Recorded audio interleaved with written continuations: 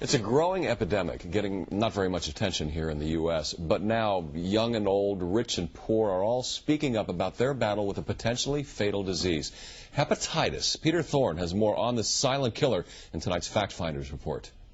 Teens and baby boomers finally have something in common, but it's something unpleasant. A disease that often shows no symptoms can quietly linger for years in your body, doing hidden, deadly damage. There is no vaccine, but surprising new medical advances are increasing how many people can get cured, if only they would get tested. I could stay awake just to hear you breathing. Aerosmith, Steven Tyler, celebrities like Pamela Anderson, country sensation Naomi Judd, 60s singer David Crosby. All famously brought superstar attention to liver disease, hepatitis C. Infection rates rising so fast, concerned doctors call it a viral time bomb. But still, myths, uncertainties, and outright misinformation persist about the disease, about how you get it, if it's always fatal, and if it can be cured. Hepatitis C is really a silent disease.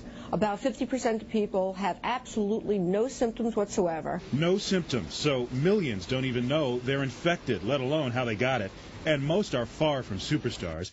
They're people more like Betty Dufour. This is Betty. A single mother of 3 from our area. A friend died from the disease, which destroyed his liver. Concerned, Betty got tested for Hep C. She could not have been more shocked by the results. I decided to go to my doctor and just ask for a blood test, figuring it was going to come back negative.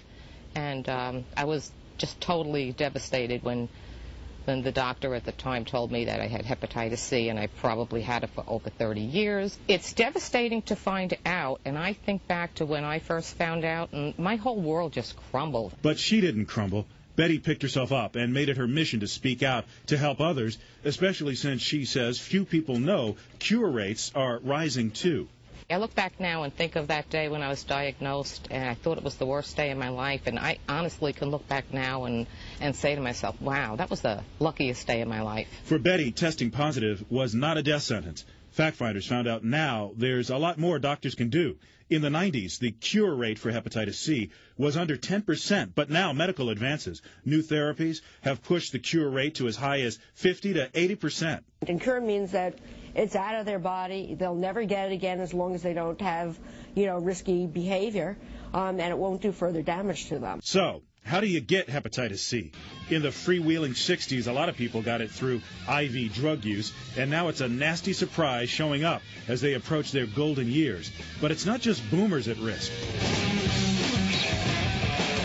There's been a surge in teens testing positive, linked to the huge increase in people getting tattoos, sometimes with dirty needles. You can also face risk at the manicurist or the dentist's office if that equipment is improperly sterilized, if you got a blood transfusion before 1992, through childbirth, and if you share toothbrushes or razors with an infected family member, you should also get tested. I've heard such sad cases of people winding up in the hospital with liver failure or liver cancer, only to find out that they've had hepatitis C, and they just never knew about it.